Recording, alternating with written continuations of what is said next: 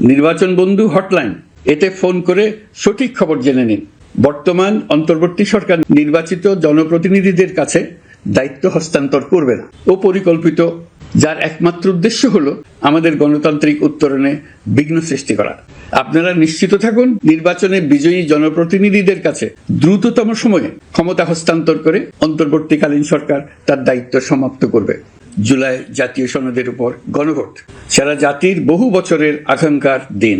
মহান মুক্তিযুদ্ধ ও জুলাই গণঅভ্যুত্থানের সকল শহীদকে, যাদের রক্তের বিনিময়ে আমরা বাংলাদেশ পেয়েছি, এবং স্বৈরাচার বিরোধী দীর্ঘ লড়াই সংগ্রামের সাফল্যের পর আজ আবার গণতান্ত্রিক উত্তরণের যুগ সন্ধিক্ষণে দাঁড়িয়ে আছি।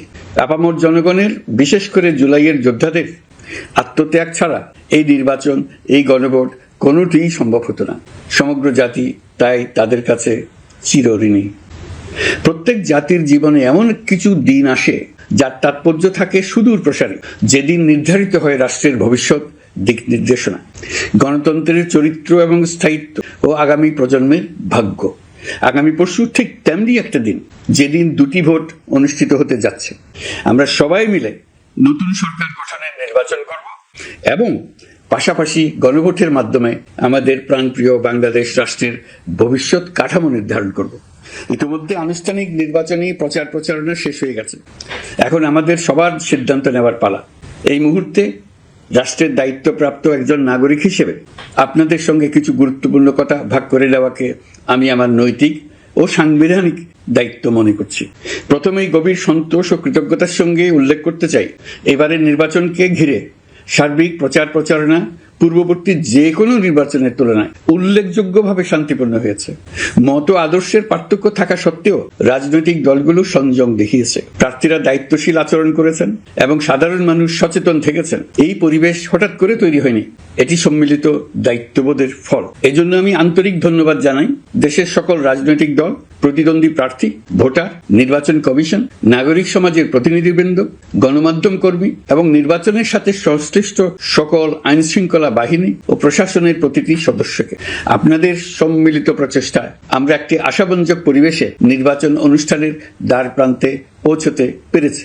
তবে এই শান্তিপূর্ণ পরিবেশের মাঝেও আমাদের হৃদয়ে গভীর বেদনার ছায়া রয়েছে।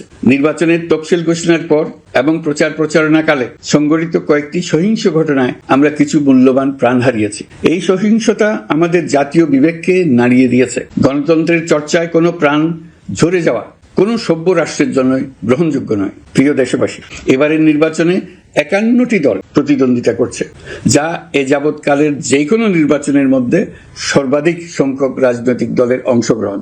স্বতন্ত্র সহ মোট প্রার্থীর সংখ্যা 2000-এরও বেশি।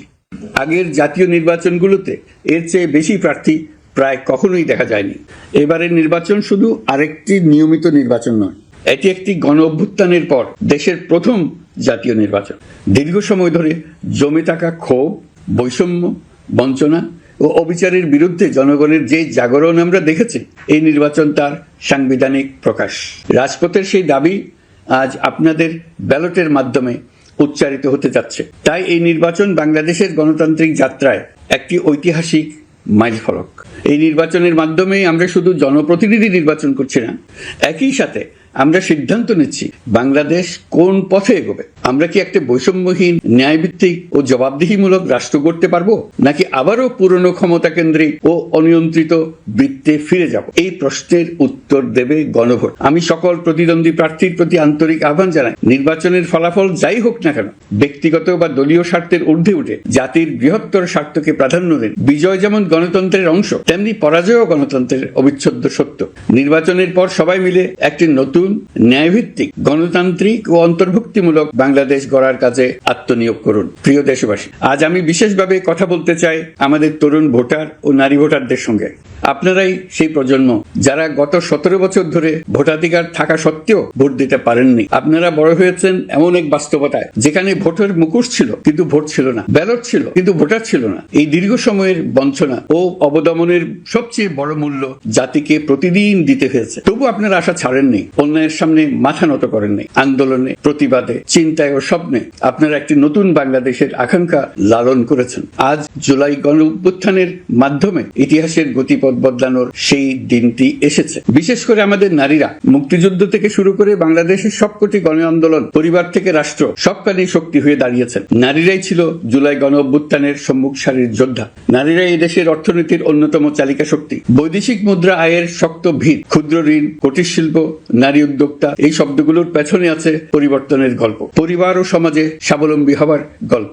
আপনারা ঘরে, রাজপথে সমানভাবে সংগ্রাম করেছেন, সন্তানদের ভবিষ্যৎ আগলে রেখেছেন, সমাজকে টিকিয়ে রেখেছেন, অথচ রাষ্ট্রীয় সিদ্ধান্তে নিজেদের মত প্রকাশের সুযোগ থেকে দীর্ঘদিন বঞ্চিত হয়েছেন। এই নির্বাচন আপনাদের জন্য এক নতুন সূচনা। আর আমাদের তরুণরা, যাদের স্বপ্ন, মেধা ও শক্তি আগামী বাংলাদেশের ভিত্তি, এই ভোট আপনাদের প্রথম সত্যিকারের রাজনৈতিক উচ্চারণ। তাই আমি আপনাদের কাছে অনুরোধ নয়, দাবি জানাচ্ছি, ভয়কে পেছনে রেখে সাহসকে সামনে এনে ভোট কেন্দ্রে যান। আপনার একটি ভোট শুধু একটি সরকার নির্বাচন করবে না, এটি 17 বছরের নীরবতার জবাব দেবে, বাধাহীন ফেসিবাদের জবাব দেবে, জাতিকে নতুনভাবে গঠিত করবে এবং প্রমাণ করবে এই দেশ তার তরুণ ও নারী এবং সংগ্রামী জনতার কণ্ঠ আর কোনো দিন হারাতে দেবে না। প্রিয় নাগরিকবৃন্দ, নির্বাচন অবাধ, সুষ্ঠু, নিরপেক্ষ ও শান্তিপূর্ণ করতে সরকার সর্বোচ্চ প্রস্তুতি গ্রহণ করেছে।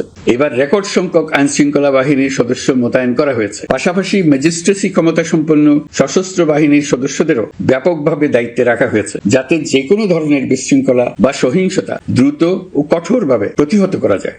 আমি গভীরভাবে বিশ্বাস করি তারা সকলেই ঈমান, দেশপ্রেম ও কর্তব্যনিষ্ঠায় উজ্জীবিত হয়ে তাদের উপর অর্পিত মহান দায়িত্ব সুষ্ঠু ও সুচারুরূপে পালন করবেন। প্রযুক্তির সর্বোচ্চ ব্যবহার নিশ্চিত করতে প্রথমবারের মতো সারা দেশে ব্যাপক পরিসরে সিসি ক্যামেরা স্থাপন করা হয়েছে। ভোট কেন্দ্রে দায়িত্বরত কর্মকর্তারা শরীরের সাথে সেটে রাখা ক্যামেরা ব্যবহার করছেন। নিরাপত্তা ও নজরদারিতে ড্রোন ও ডগ স্কোয়াড ব্যবহারের ব্যবস্থাও রাখা হয়েছে। এসব ব্যবস্থার একমাত্র লক্ষ্য ভোটাররা যেন নির্ভয়ে, নিশ্চিন্তে ও সম্মানের সঙ্গে তাদের ভোটাধিকার প্রয়োগ করতে পারেন। এই নির্বাচনকে আরো অন্তর্ভুক্তিমূলক করার জন্য আমরা কিছু ঐতিহাসিক পদক্ষেপ গ্রহণ করেছি। প্রথমবারের মতো প্রবাসী বাংলাদেশিদের ভোটাধিকার প্রয়োগের সুযোগ সৃষ্টি করা হয়েছে।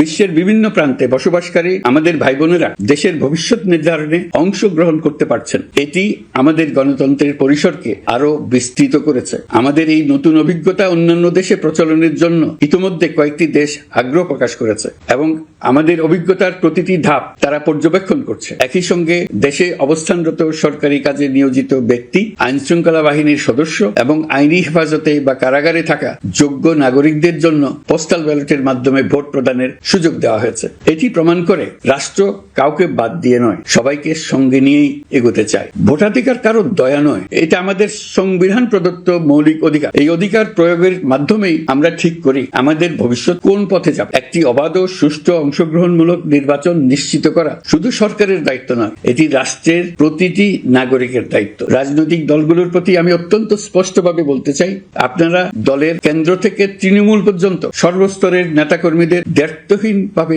নির্দেশ দিন কেউ কোনো ধরনের বিশৃঙ্খলা, সহিংসতা, ভয়ভীতি প্রদর্শন, কেন্দ্র দখল, ভোটে প্রভাব বিস্তার করা কিংবা উস্কানিমূলক কর্মকাণ্ডে জড়িত না হয়। কেউ যেন সোশ্যাল মিডিয়াতে বা অন্য কোনোভাবে গুজব না ছড়ায়। রাষ্ট্র কোনোভাবেই এই ধরনের আচরণ সহ্য করবে না। ইতিহাস আমাদের শিক্ষা দেয়, একটি ত্রুটিপূর্ণ, প্রশ্নবিদ্ধ বা সহিংসতাপূর্ণ নির্বাচন শেষ পর্যন্ত কারো জন্যই মঙ্গল বয়ে আনে না, বরং দেশের সর্বনাশ ডেকে আনে। যারা জনগণের মতামত উপেক্ষা করে শক্তি ও অনিয়মের মাধ্যমে ক্ষমতায় থাকতে চেয়েছে, তারা সবাই শেষ পর্যন্ত জনগণের আদালতে কঠিন জবাবদিহিতার মুখোমুখি হয়েছে। প্রিয় দেশবাসী, নির্বাচনী প্রক্রিয়া শুরু হওয়ার পর থেকেই আমরা লক্ষ্য করছি একটি চিহ্নিত মহল পরিকল্পিতভাবে গুজব ও অপতথ্য ছড়িয়ে নাগরিকদের মনে সন্দেহ, ভয় ও বিভ্রান্তি সৃষ্টি করার চেষ্টা করছে। তাদের উদ্দেশ্য একটাই, নির্বাচনের শান্তিপূর্ণ পরিবেশ নষ্ট করা, জনগণের আস্থাকে দুর্বল করা। আমি আপনাদেরকে অনুরোধ করছি, সতর্ক থাকুন, দায়িত্বশীল থাকুন, যাচাই না করে কোনো তথ্য শেয়ার করবেন না। গুজবের বিরুদ্ধে সবচেয়ে বড় অস্ত্র হলো